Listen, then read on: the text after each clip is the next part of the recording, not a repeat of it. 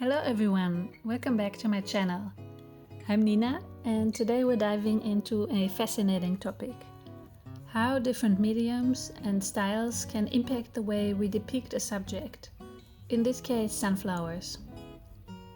I've created a variety of sunflower artworks using different art materials and tools.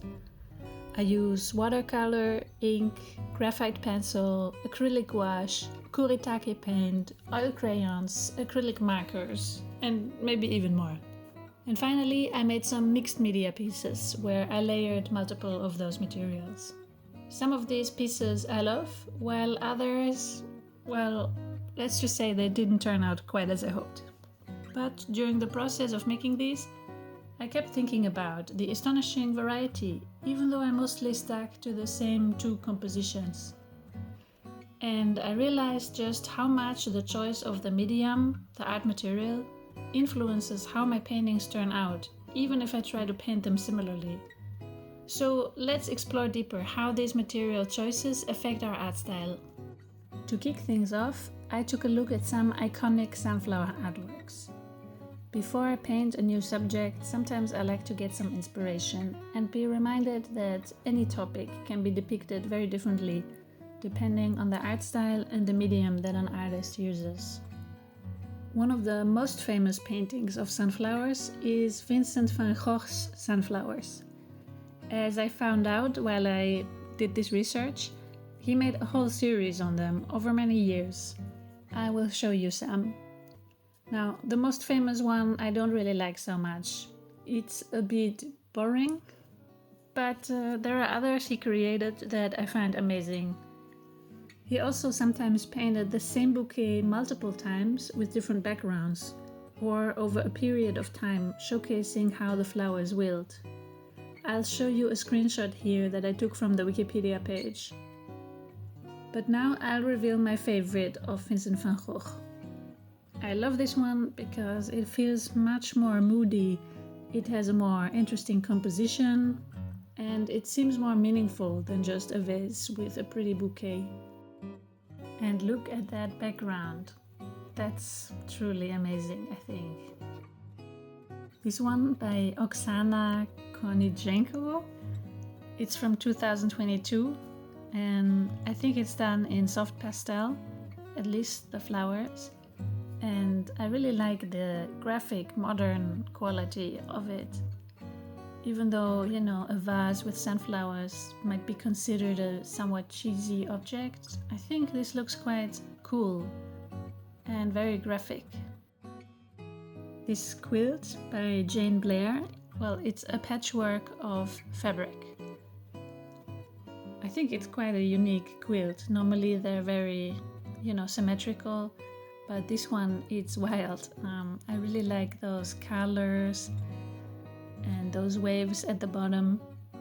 And apparently Jane Blair, she said that she really liked when she was watching the sunflowers that they're actually not all pretty and symmetrical, but they can be looking a bit rough. And that's also why it's called Raggedy Sun Worshippers. It's from 1996. This is a print by Anselm Kiefer from 1996 as well. And this clearly has a very different vibe. I think it's quite almost depressing. It's not sunny and happy like sunflowers usually are, but it feels rather imposing and moody. This painting is made by Anna Maria Zaccali. It's from 2011. And it's called Sunflowers in the Wind. I really like how it's sort of a mix of chaos in the background, but then still some clearly drawn sunflowers and leaves that seem actually quite accurate. This one by Yekaterina Ivanova Medveda, I hope I'm saying it okay. It's from 2004. And as you can see, it has a very different style. The flowers are sort of naive and symmetrical, but this painting, it still has a different quality and an interest with this really dark background.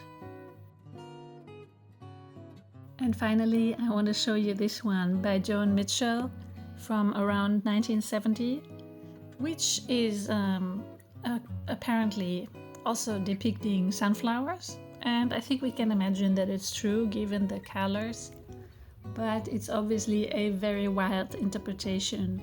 I do have to say that this kind of stuff, it does inspire me. I think it's so cool to just go so wild and crazy with it. This kind of painting also helps me to feel free and liberated. It shows me that I can do whatever I want. I can just put marks on the page and I don't have to worry about what I think it needs to look like. Okay, but now let's delve into the actual painting and the discussion of the different media and how they influence my paintings.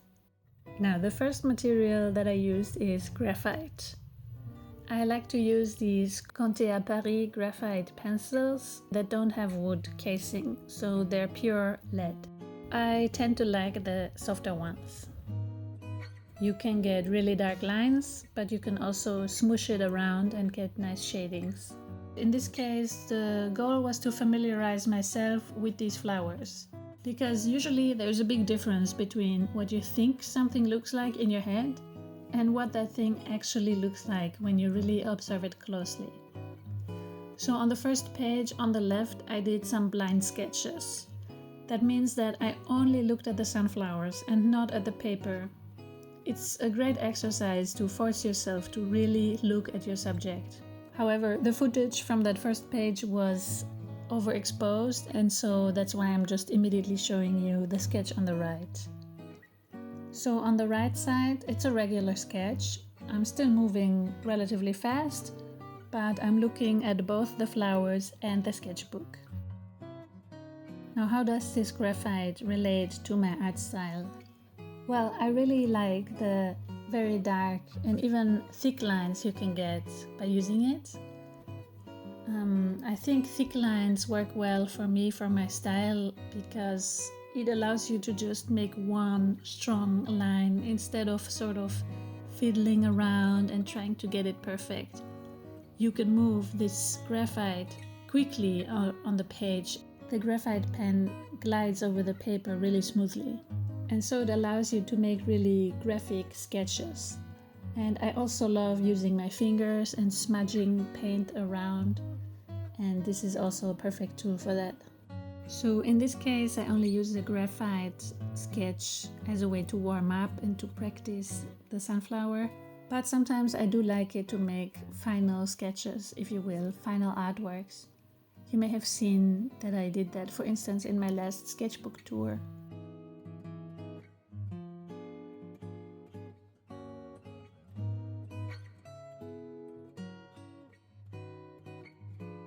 Next, I used acrylic ink.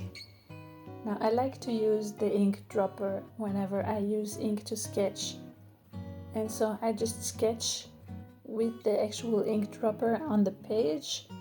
And then later I use a wet brush to drag some of that ink that sort of sits on top of the paper to color in, if you will.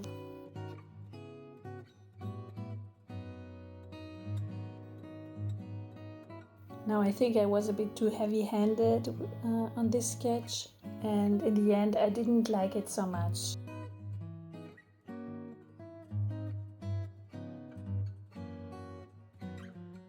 I tried to save it with some pencil.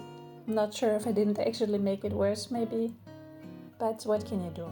What I like about acrylic wash is that it has really strong, powerful colors, a lot of pigment. However, on the downside, it is acrylic, and so when you use it quite in a thick consistency, it can dry shiny, and then it's hard to layer other things on top. That's why I rarely use my acrylic inks, but I still enjoy using them sometimes in the background. Usually I make sure to dilute them. Now here on the right side, I did the same basic sunflower study, full frontal, but with watercolor. You see me here using a Schmincke watercolor set and a watercolor sketchbook, which has 100% cotton paper. I gotta be honest, I'm not really used to using full cotton paper. It's made for aquarelle, of course, but the difference with cellulose paper is that this one, it really soaks up the paint really quickly and it stays wet for a long time. This is great for traditional watercolor paintings where you spend a long time and you use multiple layers of paint. However, for my quick painting style, this paper is not great. I also wish it wouldn't soak up that paint so quickly. Now, I'm sure I could make it work for me, but I would need to practice a lot more with this kind of paper. So here are my ink and watercolor sunflower paintings. While I appreciate the soft, delicate quality of watercolors, I find that it often leads to sort of cheesy and boring paintings. But me, I prefer more edgy, expressive art. Next, let's look at this piece I created with acrylic markers. I love how bold and graphic acrylic markers are, especially the chunky ones. I like to use the really big ones, and I also often get my fingers involved to smudge the paint around. Acrylic markers allow for sharp lines and a more graphic quality, which gives the sunflowers a modern, edgy feel. The downside to acrylic markers is that the color selection can feel limiting. Personally, I always struggle to find some of my favorite hues. And finally, I ended up mixing some markers myself. You will see here that I used some of those. One of them is the really dark brown, and one is this beautiful olive green that I mixed. Another issue that I have with the existing color selection of acrylic markers is the value. I love to use some really light and dark colors to create nice contrasts in my paintings. But a lot of times the colors that are available don't offer really bright or really dark shades. Overall, I feel much more connected to this piece because I feel that it reflects my personality and my artistic voice. I really like using acrylic markers, and painting this reminded me that I should really sit down and use them more often.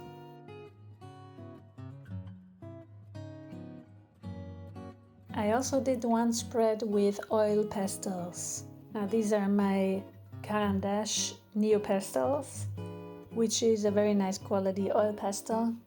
And I specifically got this set of 48 colors to make sure that I get some nice hues and not just the sort of basic, bright primary and secondary colors. The Neo Pastels are really creamy and pigmented, and I do love that when I use them. However, my style doesn't really lend itself to careful layering. I want to work quickly, but then the softness of the Neo Pastels makes it that it quickly ends up looking messy. And even though I got the set of 48 colors, I still feel that I'm missing so many hues that I want. So while I like to use oil pastels sometimes, I think they weren't the right choice for this kind of a painting. I think in order to make a great sunflower painting or a painting that reflects my personal artistic style with oil pastels, it would take doing it a lot slower and layering the pastels to achieve just the right color. And that's just not really my type of thing. Since oil pastels are made from oil, they don't really dry, or at least not for weeks. And so I always use a fixative spray. Now, you should really use a fixative that is specifically made for oil pastels. There are not that many brands that offer that, and this one is quite pricey, I will say. You see that when you spray it on, it leaves the part that is painted in oil pastel shining wet, but when it dries, it really helps to not smudge so much. And also for a sketchbook where the colors can easily transfer when you close the book, it really helps. For this next spread, I used acrylic wash. Well, first I prepped the page with flash paint in this beautiful ultramarine hue. I used flash paint because it is a bit similar as acrylic gouache, in the sense that it's also acrylic paint, but it dries matte. And I just think this is the most gorgeous hue, and that's why I wanted it for my background. Once the background was dried, I used Turner acrylic gouache, as you will see on the side on my little self-made palette. This one turned out to be my favorite of all of the paintings I made. So first I did an outline with black. This Turner acrylic gouache that I have is one of the last art materials I bought, and so I'd already developed a sense of what are my most favorite colors and which colors go well together. So I think the palette is gorgeous, there is good contrast, and I also just like thick black lines. It's just something that really fits my style and my artistic voice. There's even, because I'm sort of just coloring in the shapes, I'm also much less tempted to smudge the paint and to make... When I made this, it was evening and it was turning dark, so I apologize for the increasing darkness of this footage. One other obvious advantage of acrylic gouache is that it comes out of a tube, so you can mix the colors that you want before actually applying them on the page. And then, even though I had already done all these different paintings using different art materials, I was really tempted to make some mixed media pieces. I like mixed media because, in a way, because I already know that I will layer them, I feel more free to just go wild. So first I got some paper and I started to basically sketch out the painting with the Kuretake Gansai Tambi paints. For this first one, I also used some acrylic ink on top. It just happened, you guys. It was standing there in front of me, and before I knew it, I was using it. And then after I let this first layer dry, I decided that since the colors were so bright, I should do something to make it a little bit more edgy, if you will. And that's why I went with black ink. So here you see me basically making rough, quick outlines using black ink. And I used this bamboo stick, even though, to be honest, I don't think it works that well. But it kind of leaves a bit scratchy, uneven marks. And in this case, I thought it was not the worst choice. And then I got another piece of paper and I basically started out the same. Again using the Kuretake Gansai Tambi paints, but this time trying to make the background even looser. Once it was dry, I added all kinds of different materials. In particular, I think mostly I used acrylic markers on top and also some ink for the green areas.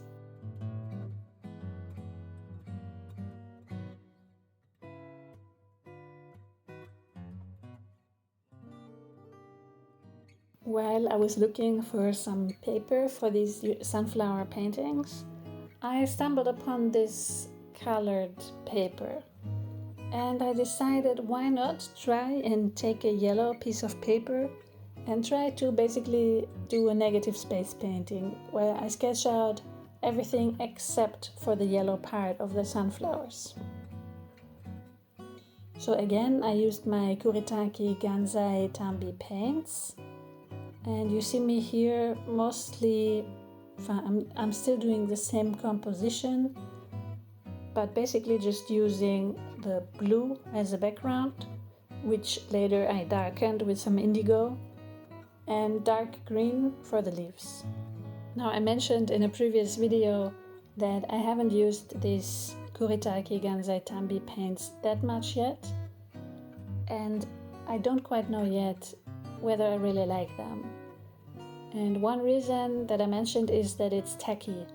From what I understand, it has gelatin in the paint, and maybe you will see that every time I try to put my brush into the paint, the brush gets kind of stuck as I try to drag it along. And this is exactly what I mean. It's sort of sticky. The dry paint is sticky, even if you put water on top. And you will also see this in a close-up I will show you When the paint is dried, in the parts where I used it quite thickly, it is very shiny, and that again is not good for layering anything else on top. Now, I actually quite like how this first layer turned out. I think it's sort of fun, raggedy, it's a bit silly in a way, and it looks kind of cool. I really like this super dark background that it has now that I added the indigo. But the problem I found was that the green was too close to the dark indigo background. And so I decided to go in again with some mixed media, as you will see. But I do have to say that I think I went way too far with this one. I think I should have just kept it with, changing a few things here and there, but leaving bigger parts of the painting untouched. And instead I went basically over the entire page.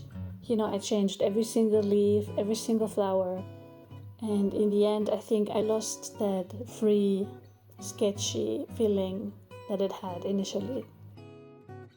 However, one thing I discovered that I do really like is what I did with the background.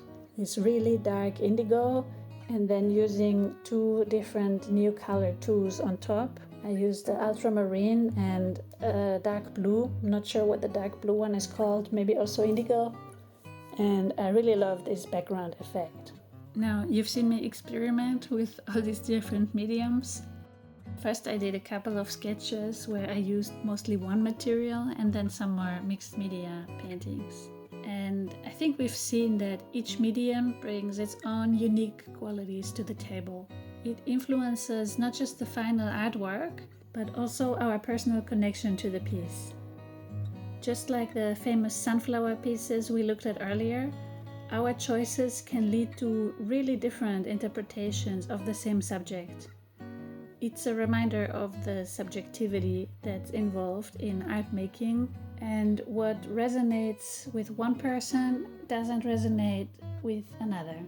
We all have different tastes and styles, rightfully so. In this video, I'm obviously discussing things I like and I don't like. I hope it's clear that that doesn't mean that I don't respect those kind of paintings or people who use mediums in a different way than me. I very much admire those things and the skills that go into mastering each medium. But like everyone, I do have my preferences. I know what kind of paintings I like when I look at them and what kind of paintings I don't like. And so I think I've really realized, using all these different art materials to draw the same subject again and again, that some of these art materials just work much better with my style.